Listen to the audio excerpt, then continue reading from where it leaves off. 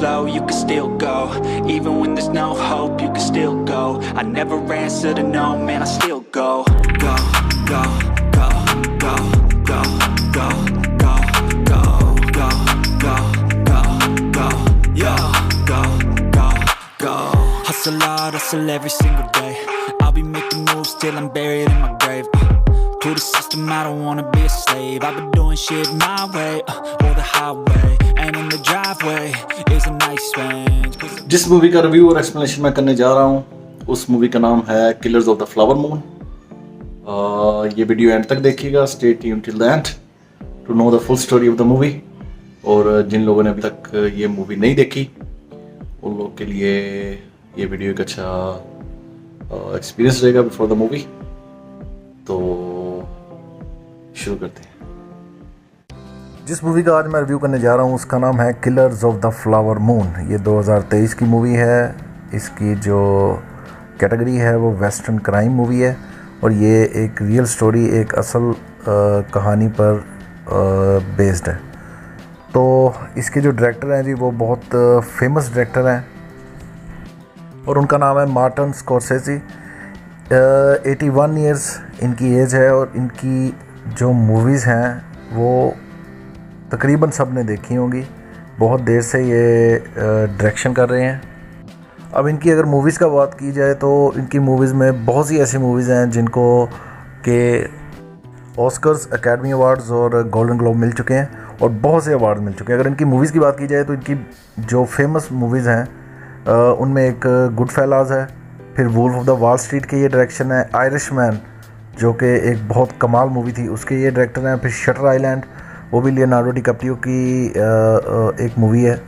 वो मुझे याद है मैंने 2010 में शायद देखी थी और एक अपने टाइम की बहुत अच्छी ज़बरदस्त मूवी थी और एक थ्रिलर मिस्ट्री थी ऐसी जैसी पहली कभी नहीं बनी थी। तो उसके अलावा देखा जाए तो इनकी मूवीज़ में डिपार्टेड है जो कि बहुत मशहूर मूवी है। इसके अलावा गैंग्स ऑफ न्यूयॉर्क में इनकी डायरेक्शन है, फिर हुगो मूवी है और उसके अलावा एविएटर ये भी लियोनार्डो डिकैप्रियो की मूवी है। इनके साथ काफ़ी काम किया है इसने। असल बात यह कि लियोनार्डो डिकैप्रियो ऐसे डायरेक्टर को चूज़ करते हैं कि जो के कमाल के डायरेक्टर हों, जो कि असल जो चीज़ है ना जी वो डायरेक्शन है बेसिकली। इसको जो स्क्रिप्ट है वो तो आ गया आपके पास इन रिटन फॉर्म, बट उसको डायरेक्ट कैसे करना है, कैसे उसको एक स्टोरी टेलिंग ऐसी करनी है उसकी, उस स्क्रिप्ट की एक ऐसी डिपिक्शन करनी है, एक ऐसा शो करना है कि लोगों को अपनी तरफ मतवज्जो करे और लोगों को इंटरेस्ट पैदा हो और लोगों को वो चीज़ अच्छी लगे दिखने में। बहुत सी ऐसी मूवीज़ हैं कि जिनकी डायरेक्शन नहीं अच्छी तो वो मूवी जो है वो ज़्यादा चल नहीं पाती। बट ये कि मार्टिन साहिब की जितनी भी मूवीज़ हैं ये बहुत अच्छी मूवीज़ होती हैं। इनकी मूवीज़ मोस्टली लंबी होती हैं बट यह है कि वो इस तरह की मूवीज़ होती हैं कि उस तरह की डायरेक्शन की जाती है, इवेंट्स इस तरह जुड़े जाते हैं कि आप पूरी मूवी देखते हैं, आप मजबूर हो जाते हैं मूवी देखने के लिए। खैर ये इनकी कुछ मूवीज़ की बात थी। 2021 के बाद उनकी ये मूवी आई है 2023 में, 2 साल के गैप के बाद 2021 में उनकी मूवी डोंट लुक अप और उसमें डॉक्टर रैंडल मिंडी का उन्होंने कैरेक्टर किया था। इसमें 2023 की जो मूवी है Killers of the Flower moon, इसमें अर्नेस्ट बुकार्ट का उन्होंने कैरेक्टर किया है। ये जो मूवी है ये भी एक बेस्ट सेलिंग नॉवल पे बेस है जी, जिसका नाम है Killers of the Flower moon, the Osage murders and the birth of the FBI। अब एक ओसेज एक ऐसा कबीला था कि जिनके पास एक बहुत लैंड थी, जिसे आप रेड इंडियंस कह लें। जिस तरह रेड इंडियंस के साथ जो नेटिव अमेरिकन्स हैं उनके साथ जो कि इन्होंने किया था अमेरिकन्स ने, मतलब जिस तरह उनकी ज़मीन पे कब्ज़ा किया, उनको मारा गया, उनका सारा जो है रिसोर्सेज उन पे काबज़ हुए और उसको जो है वो उनके सारी लैंड को अपनी लैंड बनाया। मतलब जिस तरह कह लें कि आप ये एक स्टोरी है एक हवस की, एक ऐसी इंसानी ख्वाहिशात को पूरा करने की कहानी है जिसमें बहुत से लोगों की जान गई और जो नेटिव अमेरिकन जो असल अमेरिका के रहने वाले थे रेड इंडियंस, उनको मारा गया। तो ओसेज कबीले के पास भी यही अपॉर्चुनिटी थी कि उनके पास एक तो लैंड बहुत ज़्यादा थी उनकी सारी, और दूसरा सेकंड उनकी लैंड में से ऑयल निकल आया था जिसकी वजह से वो बहुत ज़्यादा अमीर हो गए थे। और अमेरिकन ने, क्योंकि अमेरिकन हमेशा इस तरह ही करते हैं, सब जिनके रिसोर्सेज होते हैं उन पे वो काबज़ होते हैं और उनको वो अपना बना लेते हैं। और इसी तरह इनकी बेसिक तरक्की करने का राज भी यही है, आप इनकी हिस्ट्री उठा के देख लें तो इस तरह इन्होंने ओसेज कबीले के साथ भी ऐसा ही किया। ये पूरा उसी एरिया को, उसी टाइम फ्रेम को ये मूवी लेके चलती है, जिसमें उनके पास ये ऑयल दरियाफ्त हुआ और फिर उन्हें आहिस्ता आहिस्ता मारा गया और उनके जितने मतलब ये ट्राइब्स के लोग थे। तो डेविड ग्रांट की इस बुक में जो 1920s के जो इवेंट्स हैं उन सब की एक स्टोरी बताई गई है कि जिस तरह ओसेज पीपल को कत्ल किया गया, जिस तरह मैंने ऑलरेडी बताया आपको।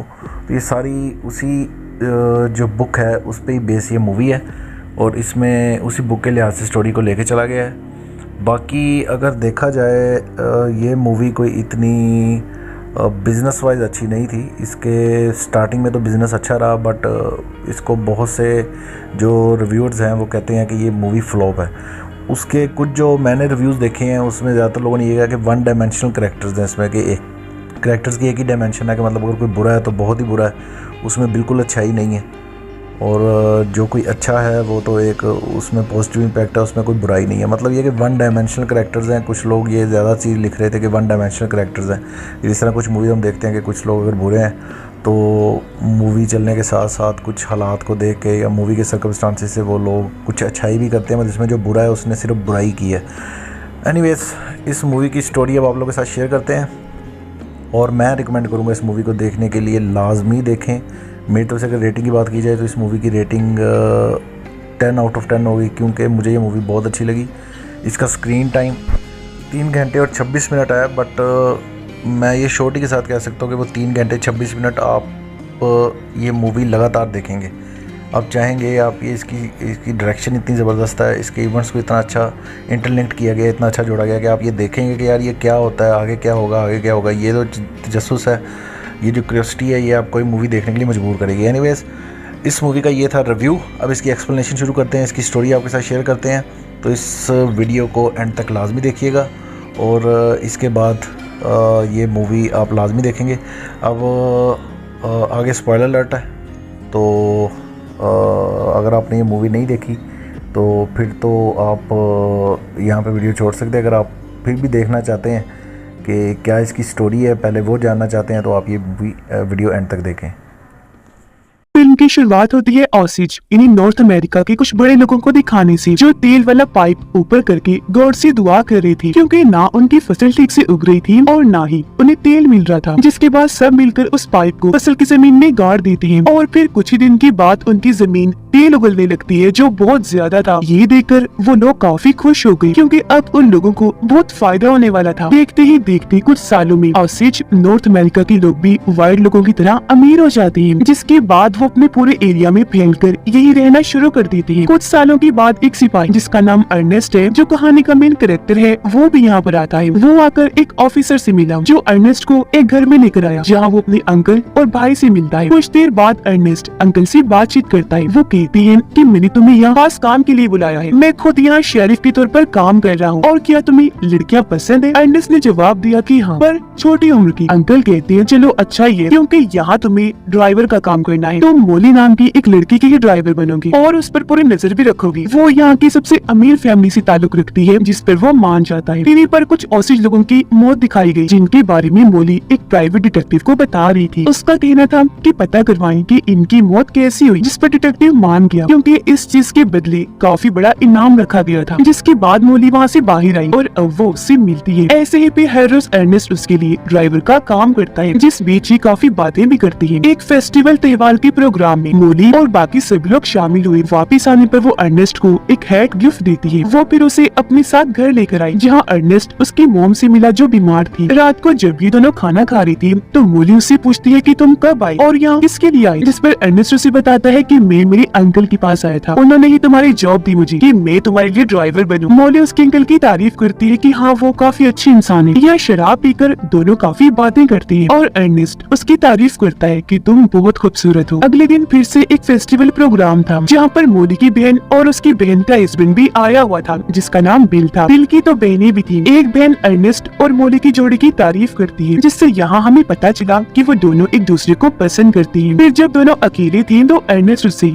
शादी के लिए पूछता है कि क्या तुम मुझसे शादी करोगी, जिस पर वो हाँ बोलती है। और फिर अगले ही दिन ये दोनों अपने अपने रिवाज के हिसाब से शादी कर लेती हैं। दोनों काफी खुश थे और इन्हें देखकर अंकल भी। यहाँ मौली की बहन जो बीमार थी अंकल के पास आई, काफी दुखी नजर आ रही। अंकल उसे संभालती हैं कि तुम परेशान ना हो, तुम्हें कुछ नहीं होगा। पर उस बेचारी की तबीयत इतनी खराब थी कि 1 साल के बाद ही उसकी मौत हो जाती है, जिससे उसकी मोम और बहनें काफी दुखी हो जाती है। थोड़ी देर बाद अर्नेस्ट अंकल से आकर मिला। अंकल उसे बताते हैं कि असूल के मुताबिक मौली की बहन की मौत के बाद उसकी सारी जायदाद अब उसके हस्बैंड बिल को मिली, पर अगर हम उसे मार दें और वो ना रहा तो फिर वो जायदाद मौली को मिल जाएगी। और जाहिर है उसे मिलने पर उसके मरने के बाद तुम्हें, इसीलिए अब इन सबको मारना होगा, यानी कि मौली, उसकी बहनें, बिल और उसकी बहनों को भी, ताकि सारी जायदाद की वारिस तुम बन सको। ये सुनकर अर्नेस्ट को हैरत तो हुई, पर वो फिलहाल इसके लिए मना कर देता है, ये कहकर कि अभी मेरा ऐसा कोई इरादा नहीं, पर हाँ जरूरत पड़ने पर अगर कुछ करना पड़ा तो हम जरूर करेंगे। अपनी वाइफ को फिलहाल कोई नुकसान इसलिए नहीं पहुंचा सकता क्योंकि अभी मैं बाप बनने वाला हूँ, वो प्रेग्नेंट है। यहाँ अर्नेस्ट की बातों से हमें अंदाजा हो जाता है कि वो भी काफी खतरनाक इरादों वाला इंसान है। अपनी बहन के गुजर जाने के बाद मौली अपनी मोम की देखभाल करने लगी, जहाँ उसकी मोम कहती है कि व्हाइट लोग अच्छे नहीं, जब से वो यहाँ आए हैं मुसीबतें बढ़ गई है, हमारे लोग मारे जा रहे हैं, कुछ भी अच्छा नहीं हो रहा। ये बातें मौली को पसंद नहीं आती, वो उठकर चली जाती है। अर्नेस्ट अपने भाई को मौली की बहन के साथ शहर भेजता है ताकि वो जाकर पार्टी एंजॉय कर सके। पर अगले ही दिन वहाँ अर्नेस्ट और मौली को भी बुला लिया जाता है, और जब ये वहाँ गई तो इन्हें मौली की बहन की लाश दिखाई गई, जिसे किसी ने मारकर फेंक दिया था। उसकी हालत बहुत बुरी थी। ये देखकर मौली काफी टूट गई, फूट फूट कर रोने लगती है, जहाँ उसे अर्नेस्ट संभालता है। अगले दिन बड़े बड़े ऑसिज लोगों की मीटिंग होती है, जहाँ पर कहा जाता है कि जब से हमारा बिजनेस बढ़ा है यहाँ पर व्हाइट लोग भी आ गए हैं, जिनकी तादाद काफी ज्यादा है। जाहिर है उनकी आने से खतरा भी बढ़ गया है, हमारे लोग मारे जा रहे हैं, और अब अगर हमारा कोई इंसान मारा गया तो हम चुप नहीं बैठेंगे। हम $1000 का इनाम रख रहे हैं, जो हमें हमारे लोगों को मारने वाले कातिल का बताएगा वो इन पैसों का हकदार होगा। अंकल फौरन बोली कि मैं $2000 दूंगा कातिल को पकड़वाने वालों को, जिस पर सभी अंकल के लिए काफी खुश हो जाते हैं। अब अर्नेस्ट, मौली, बिल और उसकी बहन से मिली। सभी मौली की बहन की मौत पर काफी दुखी नजर आ रही थी। अब एक और आदमी की मौत हो गई, जिसके बारे में प्राइवेट डिटेक्टिव अर्नेस्ट और मौली को बताता है। साथ ही वो यहाँ मौली को ये जानकारी भी देता है कि अंकल ने पहले तुम्हारी एक बहन के साथ शादी की, फिर दूसरी के साथ भी। ये भी हो सकता है कि तुम्हारी बहन यानी बिल की वाइफ को उसी ने मारा हो। मैं इस बारे में पता लगवा रहा हूँ, अभी कोई पक्का सबूत नहीं है मेरे पास। जो सुनकर मौली काफी दुखी हो गई। अब ये सारी बातें जाकर अर्नेस्ट अंकल को बताता है कि प्राइवेट डिटेक्टिव को तुम पर शक है, पर तुम फिक्र न करो, उसके पास कोई पुख्ता सबूत नहीं है और बाकी सारा मामला मैं संभाल लूंगा। जिसके बाद वो आकर मौली को संभालता है, उसे तसल्ली देने लगा कि अगर तुम्हारी बहन की मौत में अंकल का हाथ हुआ तो मुझसे जो हो सका मैं उसके साथ करूंगा, छोड़ूंगा नहीं उनको। पर मौली अभी भी दुखी थी। तब अर्नेस्ट उसे सहारा देता है। फिर ये दोनों वहाँ के डॉक्टर से आकर मिले, जो मौली की डायबिटीज, शुगर का इलाज कर रही थी। यहाँ पता चला कि अब उनका दूसरा बेटा भी हो गया है। अगले दिन अर्नेस्ट को अंकल मिलने के लिए बुलाते हैं। कहती हैं कि 4 साल गुजर गए हैं, पर तुमने हमारे मकसद के बारे में ना कुछ बताया ना कुछ किया। क्या करना है उस बारे में जो चीज मैंने तुम्हें बताई थी, यानी तुम्हारी वाइफ मौली समेत सबको मारने का क्या इरादा है? जिस पर अर्नेस्ट जवाब देता है कि मौली बहुत अच्छी है और मैं उसके साथ बहुत खुश हूँ, मैं उसे कुछ करना नहीं चाहता। मौली ने फिर से अपने काम के लिए एक इंस्पेक्टर को चुना है। पहले भी उसने एक डिटेक्टिव को भेजा था। अगर किसी को भी कुछ पता चल गया तो तुम और मैं दोनों ही फंस जाएंगे। तुम बेशक खुश हो उसके साथ, पर मैं तुम्हें पैसों के साथ अमीर होता देखना चाहता हूँ। उसके बाद तुम ज्यादा खुश रहोगी और अब तुम्हें अपने मकसद को याद करके उस पे काम करना शुरू करना है। जिस पर अर्नेस्ट हामी सर इलाज। अब दोनों डॉक्टर्स मौली की डायबिटीज का इलाज करने के लिए आते हैं, पर वो उन्हें अर्नेस्ट को कहकर निकलवा देती है। जब वो उससे इस चीज की वजह पूछता है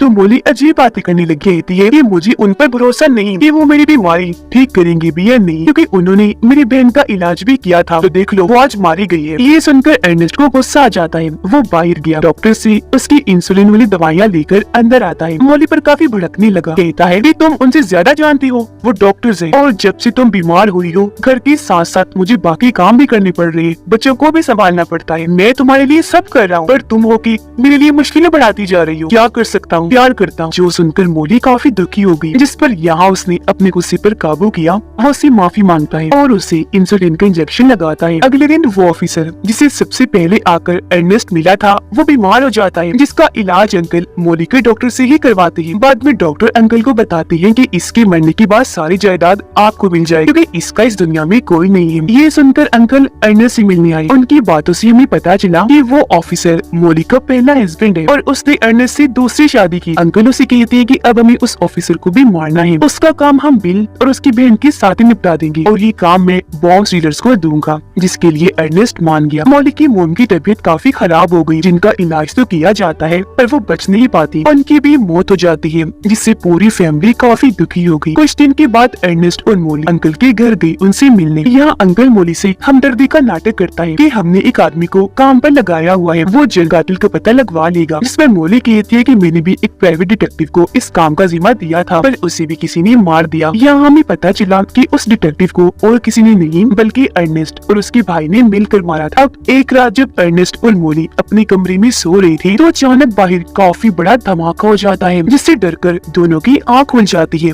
ये जल्दी से नीचे आए अपने बच्चों को संभालने के लिए, फिर बाहर जाकर चेक किया तो पता चला कि ये धमाका बिल के घर पर हुआ है, जहाँ उनका पूरा घर तबाह हो गया है और इस हादसे में बिल और उसकी बहन की मौत हो गई है। ये देखकर अर्नेस्ट को काफी दुख हुआ। वो आकर इस बारे में मोली को बताता है, जो एक बार फिर टूट गई, फुट फुट कर रोने लगती है, क्योंकि उसकी फैमिली में से अब वही बचे थे। आज उनकी भी मौत हो गई। हादसे के बाद मोली अपने कुछ लोगों के साथ दूसरे मुल्क आई और यहाँ के प्रेसिडेंट से बात करती है। कहती है कि हमारे शहर में खून खराबा मौतों का सिलसिला छिड़ा हुआ है, कौन सबको मार रहा है इस बारे में कुछ भी पता नहीं चल पा रहा। इस सिलसिले में हमें आपकी मदद चाहिए और एक डिटेक्टिव भी चाहिए। जिस पर प्रेसिडेंट मान गया और वहाँ से मोली अपने लोगों के साथ वापिस आ जाती है, जबकि अंकल अर्नेस्ट से मिलकर उसे एक छोटी सी बोतल देता है और कहता है कि ये स्लो पॉइजन है, यानी कि एक जहर, जिससे मोली धीरे धीरे करके बीमार होती जाएगी। यहाँ पर मोली के दोनों डॉक्टर्स भी थे, क्योंकि ये सब आपस में मिले हुए थे और अंकल के लिए ही काम किया करती थी, जो काफी खतरनाक आदमी है। इन लोगों ने मोली की बहन और मोम को भी स्लो पॉइजन दिया, जिससे वो बीमार रहने लगी और उनकी मौत हो गई। यहाँ अर्नेस्ट अंकल से नाराज हुआ, काफी गुस्सा करता है कि तुम मेरी वाइफ को मारना चाहते हो, मैं ऐसा नहीं चाहता क्योंकि मैं उससे प्यार करता हूँ। जिस पर वो यहाँ झूठ बोल देता है कि वो इस स्लो पॉइजन से सिर्फ बीमार रहेगी, कमजोर होगी, मरेगी नहीं। ये मैं तुम्हारे लिए ही कर रहा हूँ, तुम्हें अमीर बनता देखना चाहता हूँ। जब वो बीमार पड़ी रहेगी तो उसका बिजनेस तुम संभाल लेना, जिसके लिए वो मान गया। और अगले ही दिन से अर्नेस्ट उसे दवाई में स्लो पॉइजन मिलाकर देता रहा, जिससे मोली बीमार रहने लगी और उनकी सोच के मुताबिक अर्नेस्ट उसका बिजनेस संभालता है। वो इंसुलिन के इंजेक्शन के जरिए उसे ये स्लो पॉइजन दिया करता था। अब कुछ दिन के बाद अर्नेस्ट के घर पर एक एजेंट आया, जो अर्नेस्ट को बताता है कि मुझे अपनी तरफ से प्रेसिडेंट ने भेजा है, क्योंकि मोली उससे मदद मांगने आई थी। उसने एजेंट की भी मांग की थी, तो इस सिलसिले में एजेंसी ने मुझे यहाँ भेजा है। अर्नेस्ट उसे मोली से मिलने ही नहीं देता, कहता है कि अभी वो बीमार है, आप एक हफ्ते के बाद आइएगा। जिस पर एजेंट उसकी बात मानकर यहाँ से चला गया। पर अब अपनी तरफ से वो एजेंट काम पर लग जाता है। उसने अपने साथियों को भी शामिल कर लिया था। वो यहाँ इंक्वायरी करने लगा